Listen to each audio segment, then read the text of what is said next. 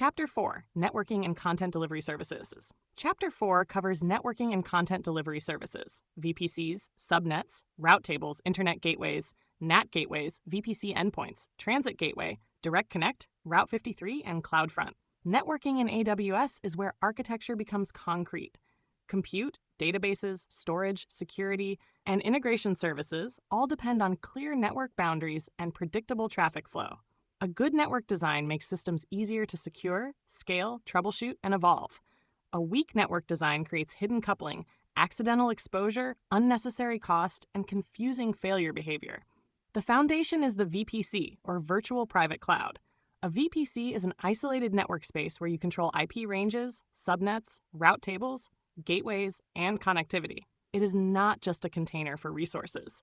It defines what can talk to what, how traffic leaves the environment, and which parts of the system are public, private, or isolated.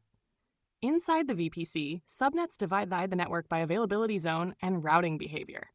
Public subnets normally contain internet-facing components such as load balancers, NAT gateways, or controlled entry points. Private subnets contain application services, workers, internal APIs, and databases. The important point is that a subnet is not public because of its name. It becomes public when its route table sends internet-bound traffic to an internet gateway. Route tables are therefore central. They decide where traffic goes. A local route keeps traffic inside the VPC. A default route to an internet gateway allows direct internet access for resources with public addresses. A default route to a NAT gateway allows private subnet resources to initiate outbound internet connections without accepting inbound internet traffic. Routes to VPC endpoints, transit gateway, peering, or direct connect extend the network in controlled ways. Internet gateways and NAT gateways solve different problems. An internet gateway connects the VPC to the public internet. A NAT gateway lets private resources reach the internet for updates, package downloads, external APIs, or telemetry while remaining unreachable from inbound internet connections. Egress should be designed intentionally because uncontrolled outbound access can become both a security and cost problem.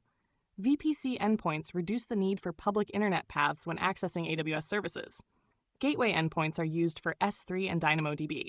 Interface endpoints, powered by AWS Private Link, provide private access to many other AWS services, such as Secrets Manager, ECR, CloudWatch, and Systems Manager.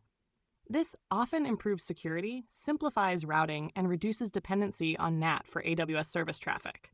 As environments grow, connectivity patterns become more important. Transit Gateway acts as a central routing hub for multiple VPCs, VPNs, and direct connect connections. It is useful for enterprise hub-and-spoke networks where point-to-point peering becomes hard to manage. Direct Connect provides dedicated private connectivity from on-premises or colocation environments into AWS, often used when bandwidth, latency, predictability, or regulatory requirements matter. Networking and content delivery also includes global entry and delivery services. Route 53 is AWS's DNS service. It manages public and private hosted zones, domain routing, health checks, and routing policies such as weighted, latency-based, geolocation, and failover routing. Route 53 often becomes part of availability design, not just name resolution. CloudFront is AWS's content delivery network. It brings cached content and request handling closer to users through edge locations.